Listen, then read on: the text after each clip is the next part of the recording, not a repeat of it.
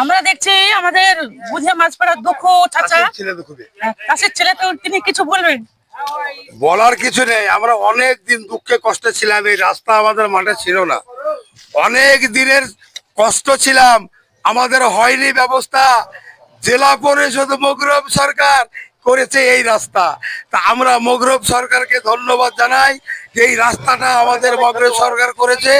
মগরেব যদি কোনোদিন আবার ভোটে দাঁড়ায়, মগরেবের পাশে আমরা আছি, সবাই থাকবো, এইটুকু আমার আশা।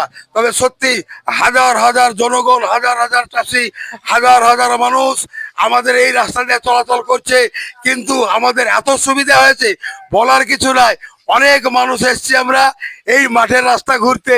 তো যাই হোক, এই রাস্তাটা নিয়ে আমি একটা ভিডিও করলাম। যদি ভিডিওটা ভালো লাগে সবাই একটু শেয়ার লাইক করবে। সবাই ভালো থাকবে, পরের ভিডিওতে আবার দেখা হবে। খোদা হাফেজ।